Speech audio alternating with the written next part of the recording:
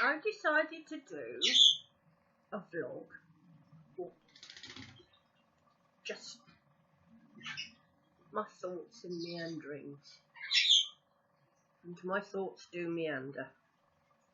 I'm 61 years old, and I've been recently diagnosed as autistic with Aspergers and something called P.D.A.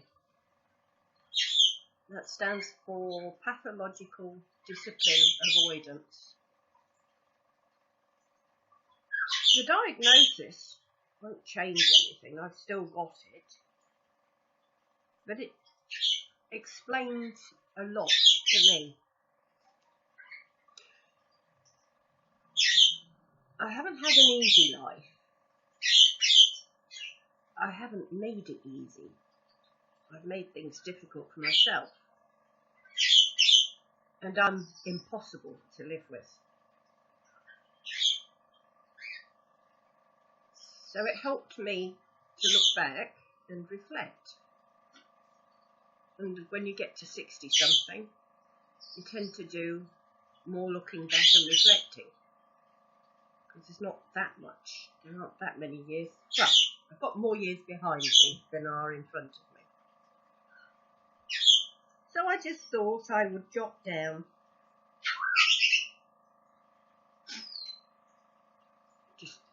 a few words really, my thoughts on things as they spring into my mind, and things do spring into my mind, random things. But this morning, cleaned the house, had a shower, hair's still wet, made my coffee, and I got thinking about things. This morning it was languages. Languages is something that I seem to have an aptitude for, and I like. People think that all autistic people are good with numbers, for example. I do remember sequences of numbers. My late father's army number, 190-32713. My ex-husband's army number, 24108-769. I remember strings of numbers. But languages. I like to find connections between one word in different languages. I find it interesting. I seem to have an ear for languages. I've got, I've lived all over Europe. I've lived all over the world because I'm a soldier's daughter. And wherever we lived, I picked up a few words of language, as did many other padsbrats, as we call them. We call ourselves. Pad meaning a soldier who has his own pad, his house, married quarters, and brat, obviously, child. So padsbrats is what we are. We're known as padsbrats. And we all picked up languages. And then in the UK recently, there was a referendum on whether we should leave the EU. And I watched things, and I read things, and I followed things on the internet. And it suddenly struck me, not everybody thinks like me. In the main, it seemed to be that the people of the UK are very xenophobic. They don't like anybody that's not like us. And anybody, and in this area, rural area particularly, anybody that comes from a town 15 miles away is an outsider, and therefore to be viewed with suspicion. And I find this very odd, I do. This area has quite a large migrant population from the Eastern Bloc countries. And there's shops and businesses and cafes opened up in my nearest town, and I like it. I find them very friendly and helpful and pleasant. The young men are all good looking, and the women are very pretty and seem to take care of themselves. And of course, it also means that I buy food, the food that I grew up with in Germany. I mean, my mother was German born. She married my father, who was a soldier. So therefore, a lot of what we ate at home was German food. So a lot of the things, you know, the continental rolls, the cold cuts of meat, the cheeses, the smoked fish, the smoked meat, these are things that I can buy in these Lithuanian and Latvian, they're mostly Lithuanian and Polish shops. So I tend to go and I use them. I use these shops. Things that are absolutely just superb prices. Coffee, for instance, I only drink fresh coffee. And I like black coffee with no sugar because I want to taste the coffee and nothing else. And I've found that, you know, it's a fraction of the price of supermarket coffee. And the coffee's generally better quality and stronger. So that suits me. Herbs and spices and sauces are just ridiculously cheap in these shops. Anyway, excuse me, if your dogs don't stop, there's going to be trouble. Anyway, it's been an interest of mine, languages. This is where I'm coming on to the languages again. Been an interest of mine, languages. And I think I can say thank you in 9 languages. Because that one word is important to the person to whom you're saying it. It says to them, I respect you as a human being, and I've taken the trouble to learn the one word that I think is important. If people say thank you more, I appreciate what you've done, it's thank you. But it's basically it's saying, you know, I've taken the time and trouble to learn one word in your language. It's only one word, I know. And it's a little word. But it's an important word.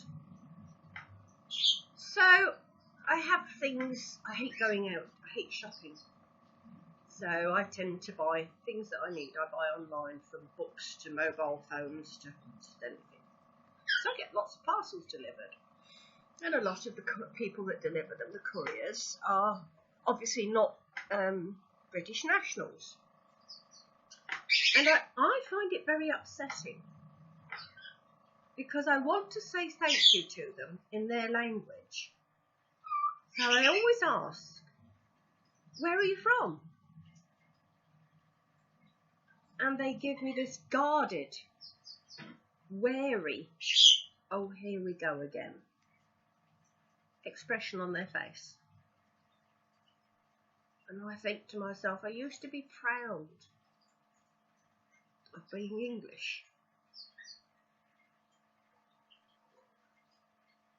I was a proud soldier's daughter. And wherever I went in the world,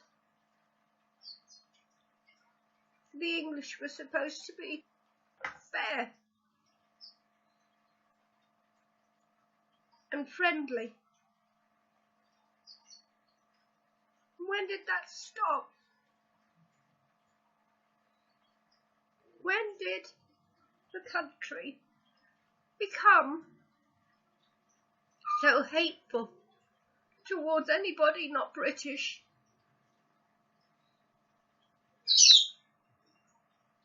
I've got friends who are Spanish and Portuguese and German and Latvian,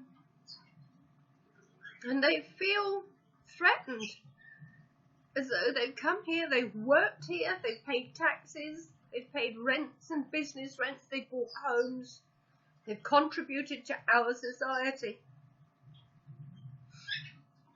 And the local people, with one vote, resoundingly said, we don't respect you, we don't like you, we don't want you, go home.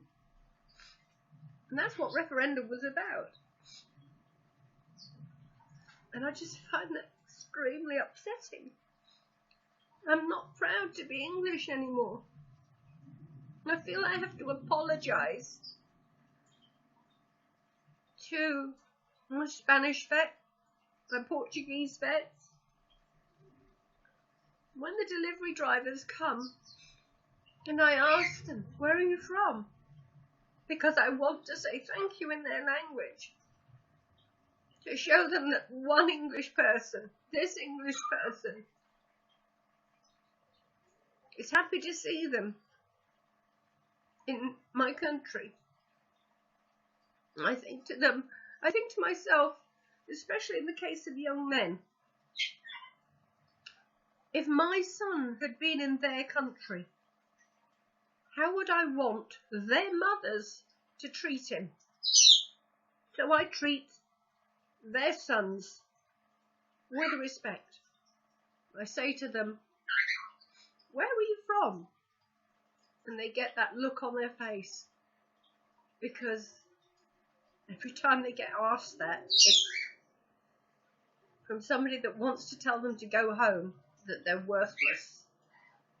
And they tell me, and I say to them, thank you, in their language. It's thank you.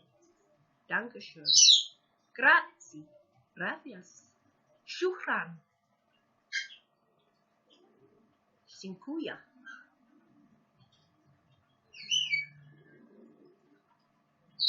Achu. Blagu direa. That's Romanian. And I tried to say thank you in their languages. And the only reason I asked, where are you from? Is because I want to get the right word to show them. I've taken the time to learn one little word in their language, to show them by that one little word that I appreciate what you're doing, the taxes you're paying, and I welcome you to my country, to England, because I'm English. I'm a proud English soldier's daughter, not a little small-minded, xenophobic little Englander who's probably never been out of the country. Anyway, that's it for today. Glad I got that off my chest. Hope you enjoyed it. Thank you. Goodbye. Auf Wiedersehen.